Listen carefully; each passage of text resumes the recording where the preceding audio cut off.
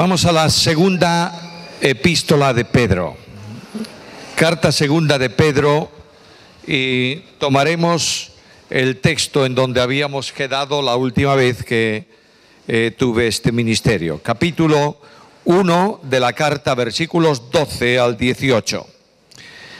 Dice así la palabra del Señor: por esto yo no dejaré de recordaros siempre estas cosas, aunque vosotros las sepáis y estéis confirmados en la verdad presente. Pues tengo por justo, en tanto que estoy en este cuerpo, el despertaros con amonestación, sabiendo que en breve debo abandonar el cuerpo como nuestro Señor Jesucristo me ha declarado. También yo procuraré con diligencia que después de mi partida vosotros podáis en todo momento tener memoria de estas cosas, porque no os hemos dado a conocer el poder y la venida de nuestro Señor Jesucristo siguiendo fábulas artificiosas, sino como habiendo visto con nuestros propios ojos su majestad.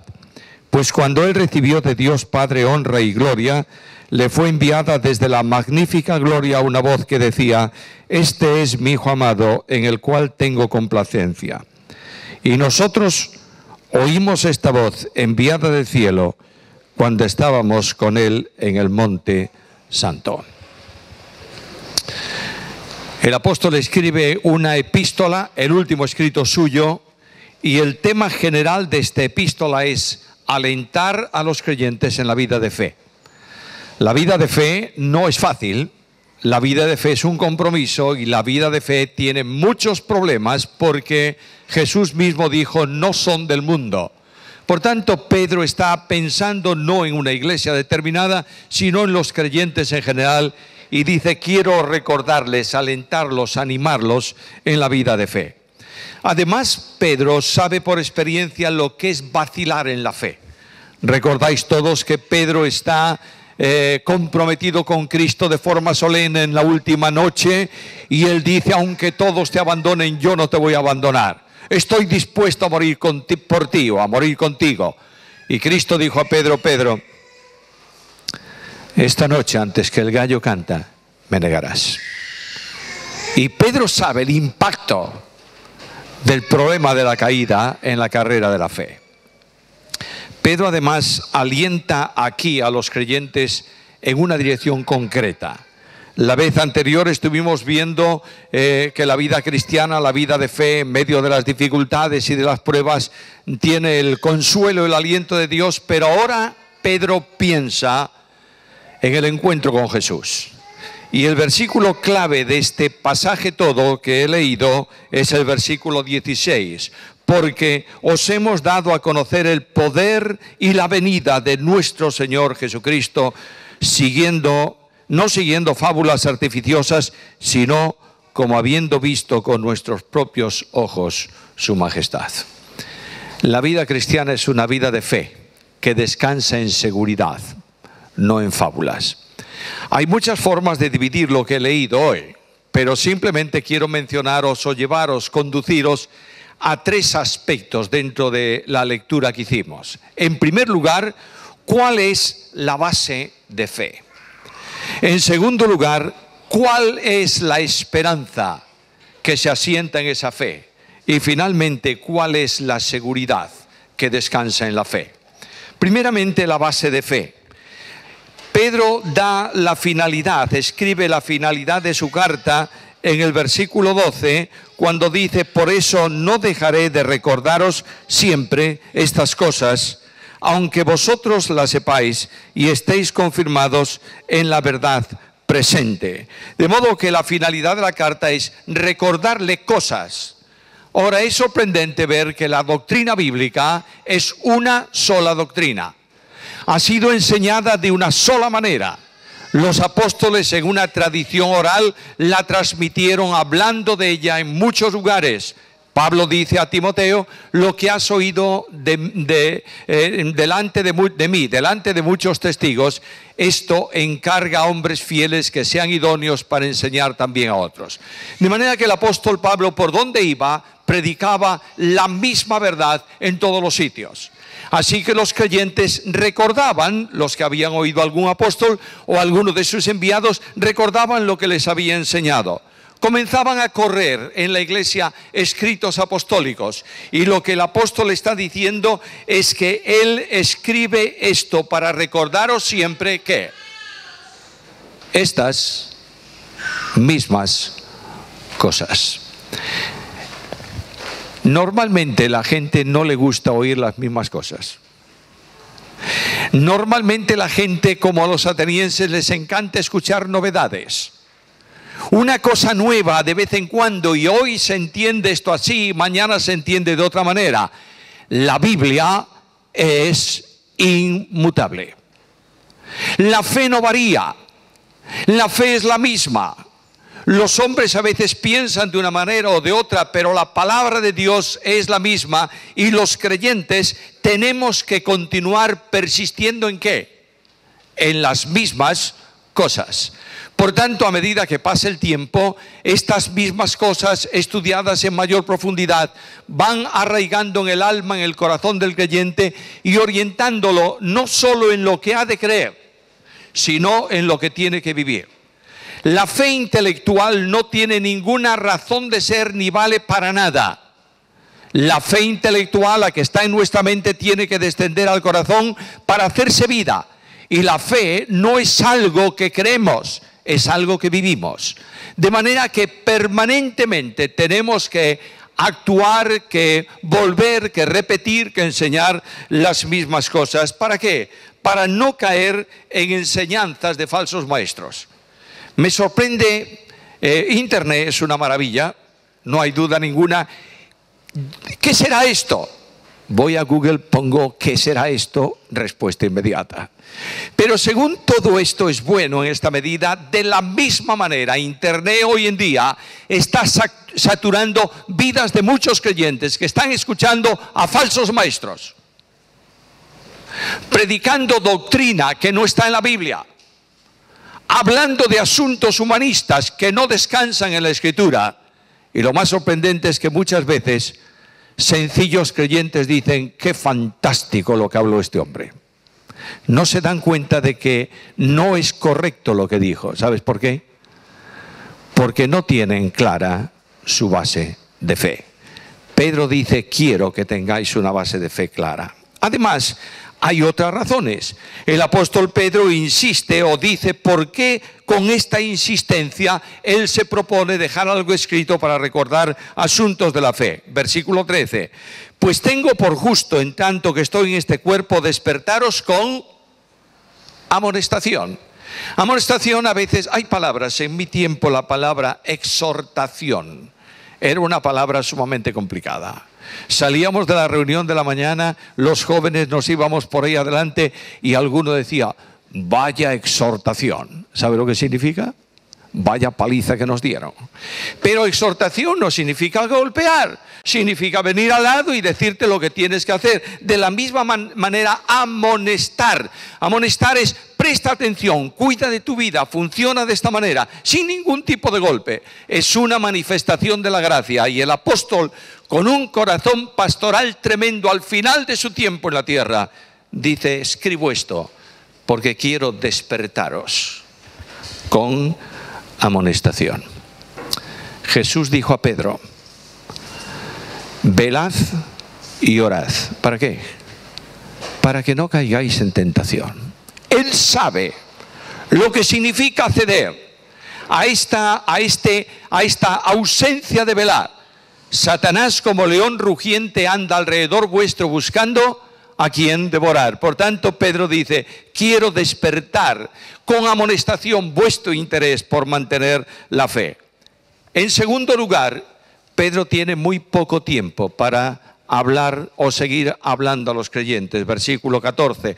Sabiendo que en breve debo abandonar el cuerpo, como nuestro Señor Jesucristo me ha declarado. Con toda probabilidad, Pedro está preso en Roma.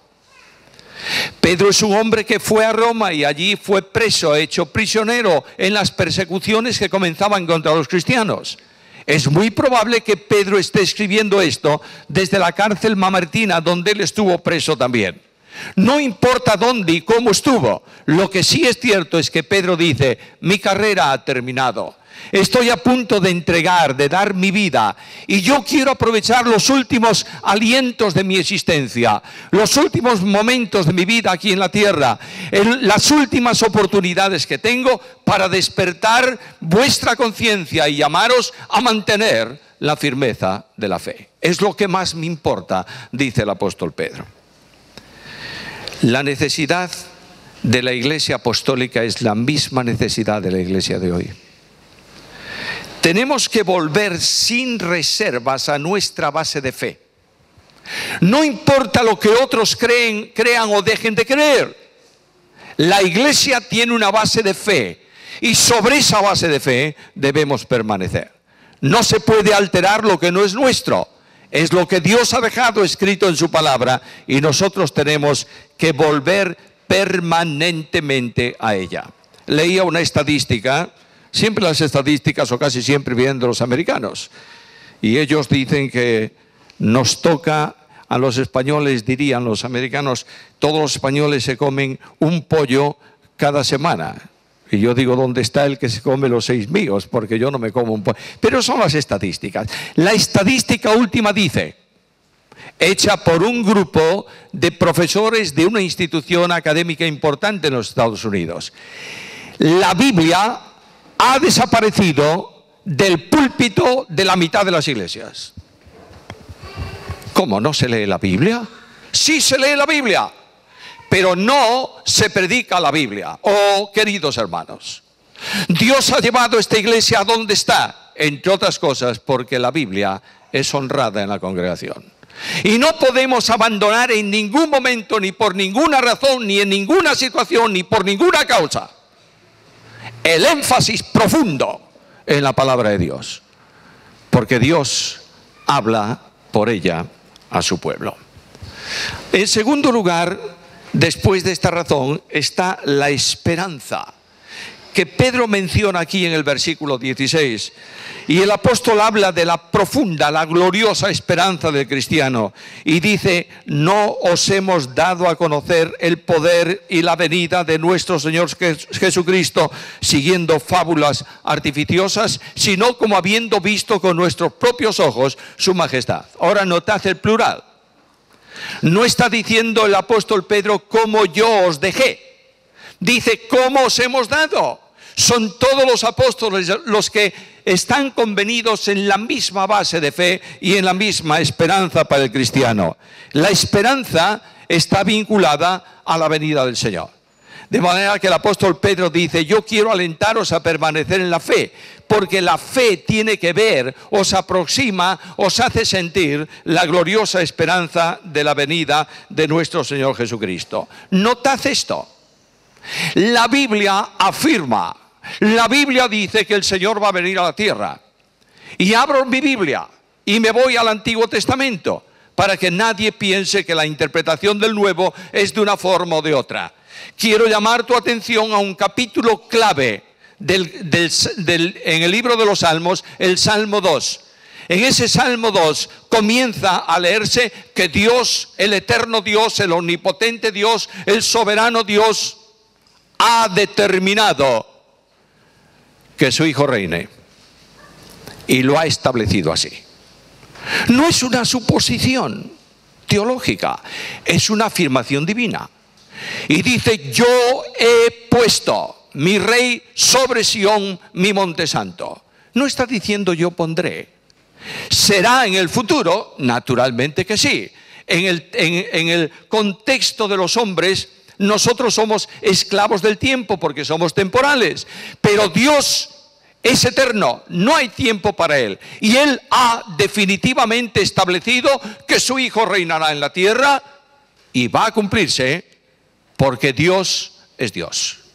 Y en ese mismo Salmo 2 se habla de la reacción de los hombres. Cuando Dios dice, yo he puesto mi rey, los hombres dicen, echemos de nosotros sus cuerdas, rompamos sus coyuntas. Y naturalmente, esta rebeldía del hombre contra Dios, que no quiere permitir que Dios ejecute su plan y su Hijo reine en la tierra, es produce una reacción en el mismo trono de Dios.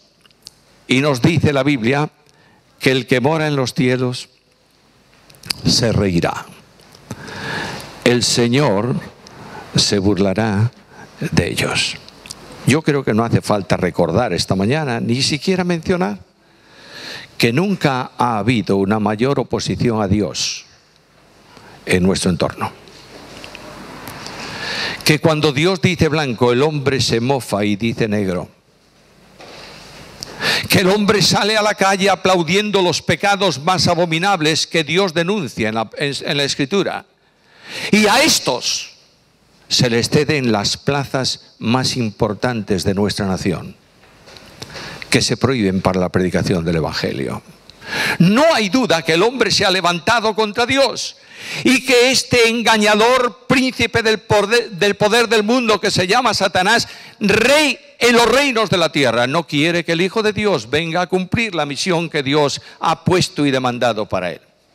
Algunas veces decimos, bueno, ¿y cómo es esto que Satanás reina aquí en el mundo? Bueno, esta mañana en la clase estábamos pensando algo sobre esto. Cuando Dios expulsó a Satanás de su ministerio celestial, cuando por el pecado de Satanás tuvo que ser sacado del lugar donde él ministraba, Satanás tenía un proyecto, un propósito que era un trono y reinar en ese trono. Y él dice por medio de la profecía, junto al trono de Dios levantaré mi trono y allí me sentaré y yo seré el que gobierna. Y Dios saca a Satanás de esa situación. Y Satanás viene a la tierra donde hay un trono. Ese trono lo estableció Dios. Es el trono de gobierno para esta parcela de su creación. Y en ese trono está sentado un rey que es Adán. Dios colocó en manos de Adán el cetro de autoridad y le dijo, gobierna, sojuzga, enseñoréate. Y Satanás viene a Adán. Y Satanás tienta a nuestros primeros padres. Y estos caen derrotados y ceden el cetro de autoridad de los reinos de la tierra en manos de Satanás. Y cuando Cristo viene al mundo y cuando Satanás tienta a Jesús, le dice, los reinos de la tierra son míos, porque a mí me han sido entregados. Esta situación, aunque en la cruz del Calvario Satanás es derrotado, aunque Cristo venció sobre los principados y las potestades, exhibiéndolos cósmicamente a pública vergüenza, todavía no ha sido retirado el funcionamiento diabólico y Satanás está suelto. Y quiero decirte que Satanás gobierna el mundo. Que no importa cuál sea la nación ni las leyes, Satanás es el rey. Y la idea de que nosotros vamos a cambiar el mundo por medio del establecimiento de cristianos en lugares importantes de la sociedad y de la política y del gobierno, no es verdad. Porque nadie puede vivir conforme a la Biblia si no tiene a Dios y el poder del Espíritu para obedecerla. Será muy hermoso leer la Biblia. Y es muy hermoso, pero el hombre es rebelde contra Dios y su palabra por condición natural. Pero Dios dice, mi hijo reinará. Y cuando el ángel anuncia a María el nacimiento de Jesús, le dice estas palabras.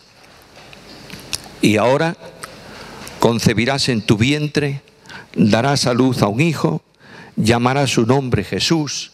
Este será grande, será llamado Hijo del Altísimo, y el Señor Dios le dará el trono de David su padre. Y reinará sobre la casa de Jacob para siempre. Y su reinado no tendrá fin.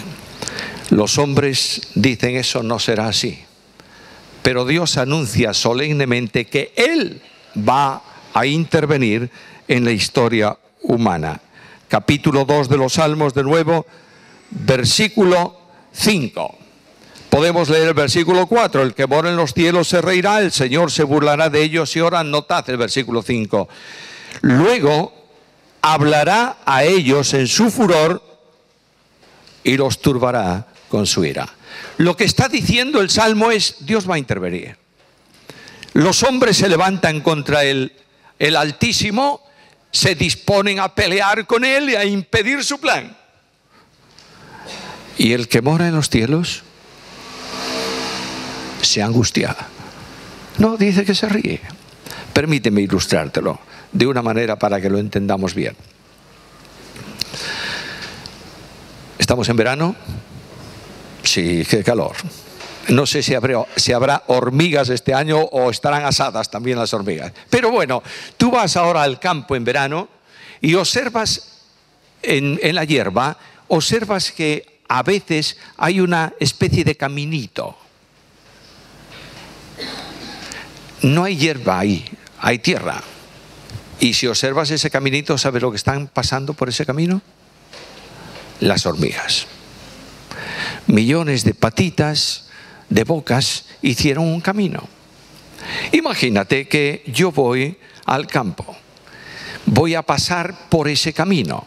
Imagínate solo que la hormiga reina pueda hablar conmigo y yo con ella. Y de pronto me dice: ¿a dónde va usted? A pasar. Por aquí usted no pasa. ¿No paso por qué? Porque lo digo yo.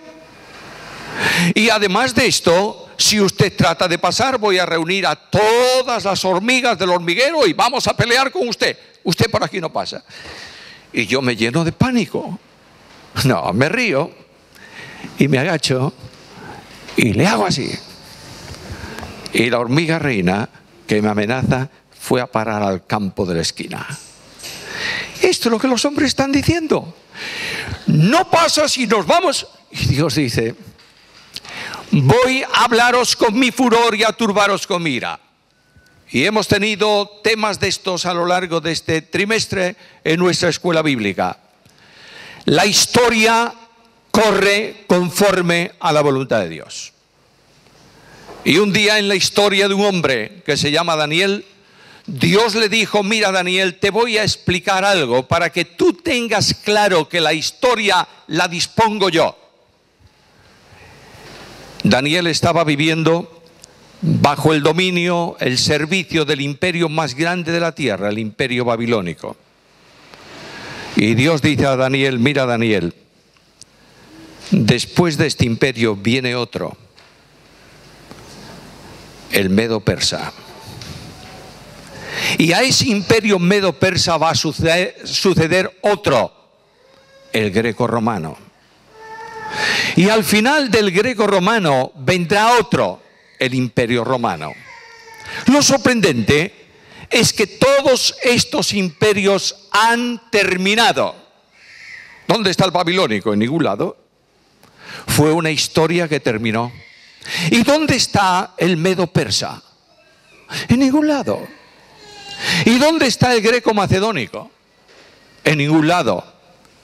¿Y el romano? Ese está latente en nuestro mundo. No hay ninguna historia que diga terminó el imperio. Simplemente se ha modificado. Hay naciones que salen de ahí, que tienen las mismas leyes. Cuando el que estudia derecho tiene que estudiar una parte importante que se llama derecho romano.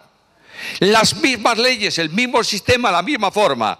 Y ahí, ese lugar, ese imperio, estará vigente y funcionando cuando venga Jesús.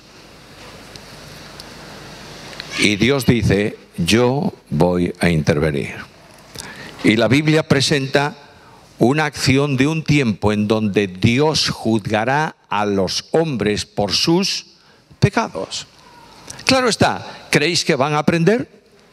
Una de las cosas que dice Apocalipsis es que una de las experiencias que van a ocurrir en la tierra es que los hombres se van a quemar y maldecirán a Dios. Bueno, no quiero decir que esto es una señal de hoy. Dios me libre de estar buscando señales, ni muchísimo menos. Pero yo creo que está cambiando el clima y volviéndose más calurosa la tierra, ¿sí o no? Bueno, entonces Dios advierte y Dios dice a los hombres: tenéis un tiempo de gracia, pero yo voy a intervenir radicalmente con vosotros en vuestro mundo. porque yo he puesto mi rey sobre Sión, mi monte santo. Y yo levanto mis ojos esta mañana, no importa dónde esté, y hago un repaso a la historia de los últimos años. Y me doy cuenta que solo por una mano poderosa se está moviendo la historia. Que nuestro mundo no son casualidades que ocurren o circunstancias que vienen. Nadie podría pensar en el movimiento de globalización en grupos como el que está ocurriendo en el mundo de hoy. Y Dios dice, yo lo he determinado. Hace una semana estaba leyendo una revista que me envían, algunas me mandan y terminan directamente en la papelera, pero esta le eché una ojeada por encima, hablando de lo que ha supuesto la retirada de Donald Trump de este convenio con el mercado de Oriente, de los países orientales. Él se retira. Muy bien. ¿Y los países orientales se ponen a llorar por esto? Han generado un sistema y uno de los países más importantes de ese mundo está diciendo, tenemos que reproducir aquí lo que han hecho los europeos con su mercado común. Dios habla de eso. Habla de eso en la historia.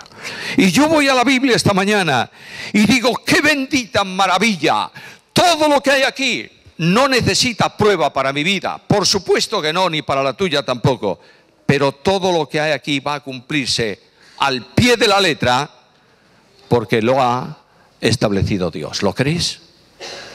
Esta es nuestra santísima fe. Esto es lo que da descanso al alma cristiana. Esto es lo que a Pedro en la prisión, esperando el momento en que tenga que entregar su vida y ser ejecutado y partir para la presencia del Señor, le da ánimo, aliento y consuelo.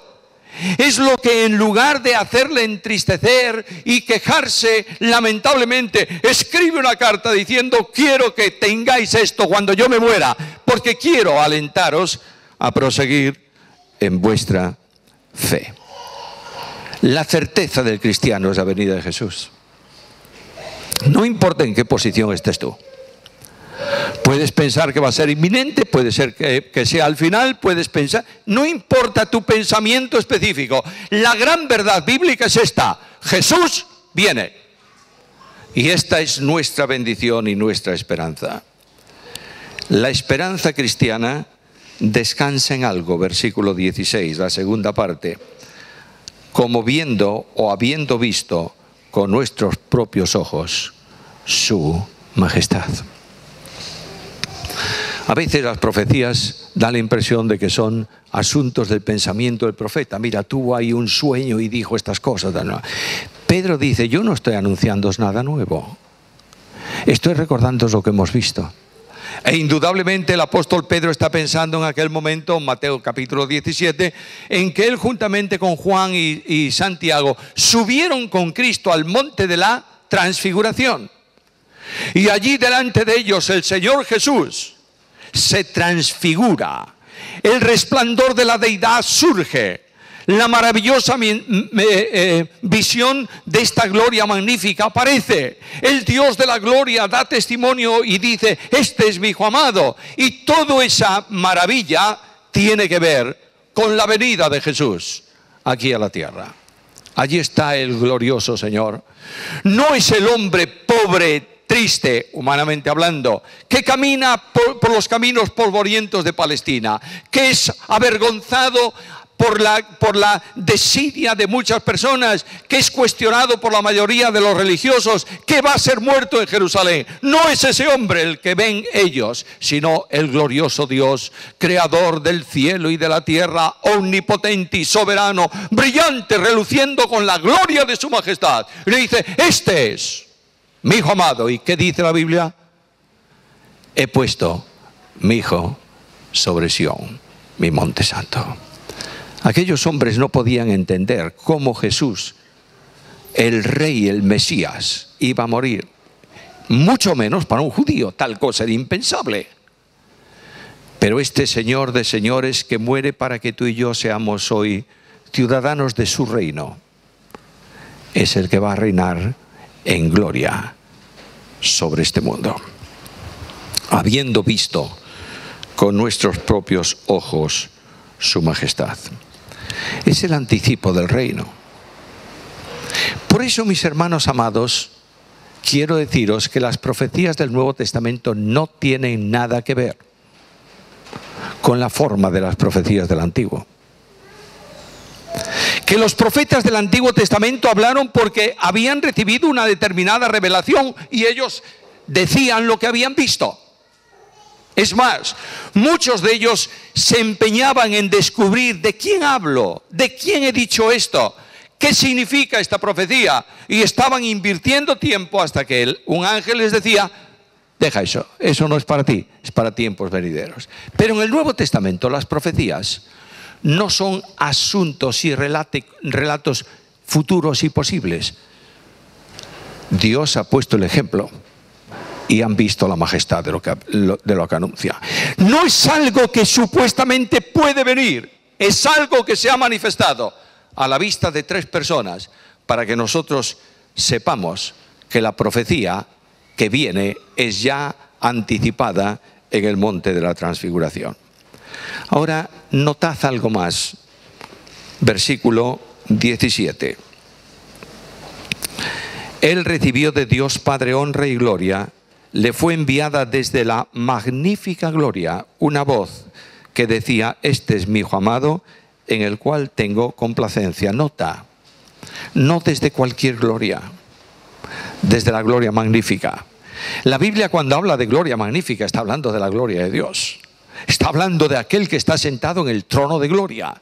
Está hablando de aquel que es el Señor de cielos y tierra. Está hablando del poderoso, omnipotente, soberano, glorioso Dios. Y dice: esto ha sido una revelación que salió directamente desde la magnífica gloria. Versículo 18. Y nosotros, los apóstoles, oímos esta voz enviada del cielo cuando estábamos con él. ¿En dónde? En el Monte Santo. De manera que Dios ha determinado que el Señor venga, y esta es nuestra esperanza. Nuestra esperanza descansa en la seguridad y certeza de esto. Vuelvo al versículo 16. No son fábulas de humana sabiduría. La profecía que fundamenta nuestra esperanza no es una posibilidad o una suposición de alguien. No son fábulas, son asuntos que hemos visto, hemos experimentado y hemos estado en ese lugar. Yo quiero recordarte la gran promesa.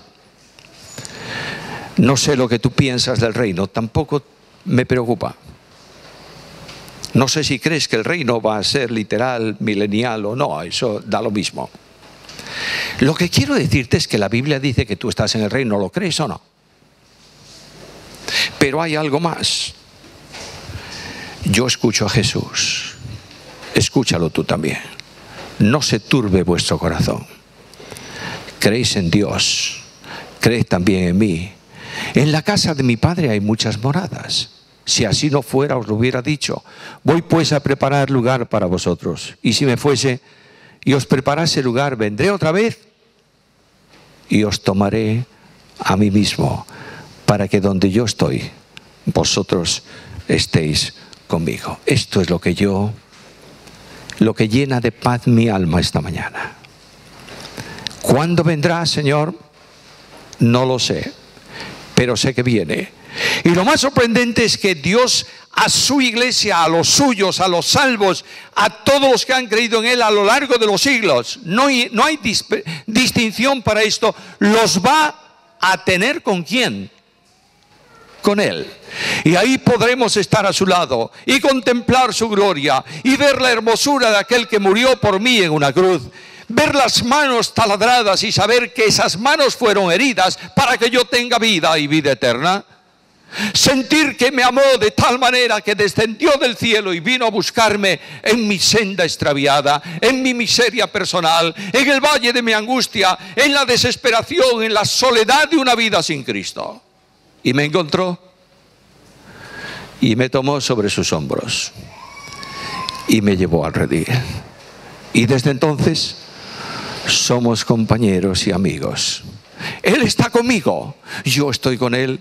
Y puedo decir, como dice el Cantar de los Cantares, mi amado es mío y yo soy suya.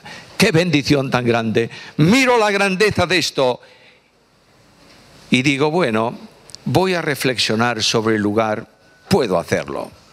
Y extasiarme en la maravilla del lugar. Y puedo reflexionar sobre la condición moral de aquel estado eterno y decir, ¡qué fantástico! Y puedo soñar esta mañana con la reunión de los míos. A lo largo de esta semana he pensado muchas veces en esto. Y he pensado en aquel antiguo himno de nuestro viejo himnario que decía, reunido a los míos seré. Mi carrera a su fin toca ya. No importa cuántos sean los años que falten. Lo que sé es que seré reunido en la presencia del Señor con todos los que han antecedido en esta experiencia, porque estoy cierto de la promesa de Jesús. Estaremos siempre con Él. Qué bendición tan grande. Reunidos con Jesús.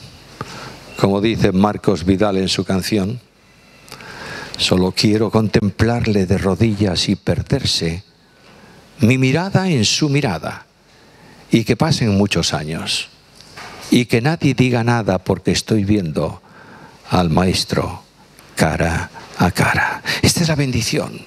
Y esto es lo que Pedro dice: cuando yo parta, te dejo ese versículo para que sigas pensando que Jesús viene. No sé, siempre que yo salgo de viaje, siempre pienso en lo mismo. ¿Será el último? ¿Será la última despedida? ¿Volveré a veros? Espero que sí, que el Señor tenga gracia conmigo y os dé paciencia a vosotros. Pero no hay duda ninguna que no importa lo que pase, lo que sí sé esta mañana es que voy a veros de nuevo. Y vamos a estar todos para siempre con Jesús. Dios está llamando esta mañana a esta iglesia a volar alto. La fe son las alas que te sacan del valle de sombras y te sitúan cada vez más cerca del sol de justicia. Cuando tú vuelas bajo espiritualmente hablando, hay peligro de que tengas un accidente espiritual en tu vida. Él salió con sus nietos a caminar por el bosque, subieron al monte, estaban viendo las cosas y de pronto uno de los nietos le dijo: mira lo que se mueve en el suelo. Y el abuelo se acercó, era un águila. Tenía un ala rota, estaba tirada en el suelo.